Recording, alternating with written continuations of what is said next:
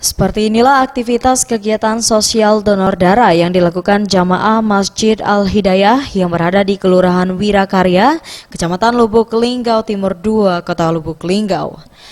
Menjelang akhir bulan suci Ramadan, sejumlah jamaah Masjid Al-Hidayah menyempatkan diri seusai melaksanakan sholat tarawih berjamaah dengan menyumbangkan darahnya melalui donor darah yang dilakukan petugas transfusi darah Rumah Sakit Dr. Sobirin Lubuk Linggau.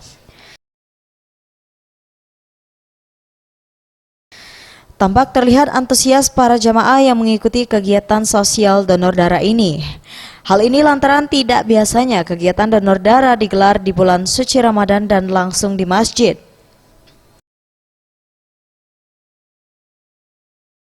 Donor darah yang datang petugasnya dari Rumah Sakit Dr. Sobirin Musirawas Lubuk Linggau, dan alhamdulillah tampaknya kegiatan ini cukup menarik ya, cukup ketertarikan dari jamaah.